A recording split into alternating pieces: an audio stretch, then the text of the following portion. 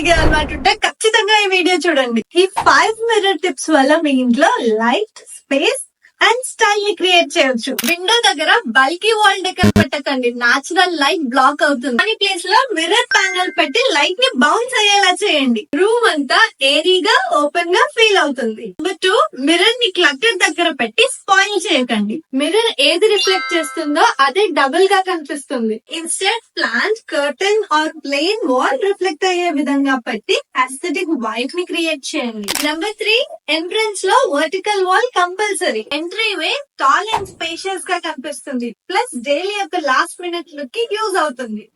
Number 4, mirror ని functional గా కూడా యూజ్ చేయండి.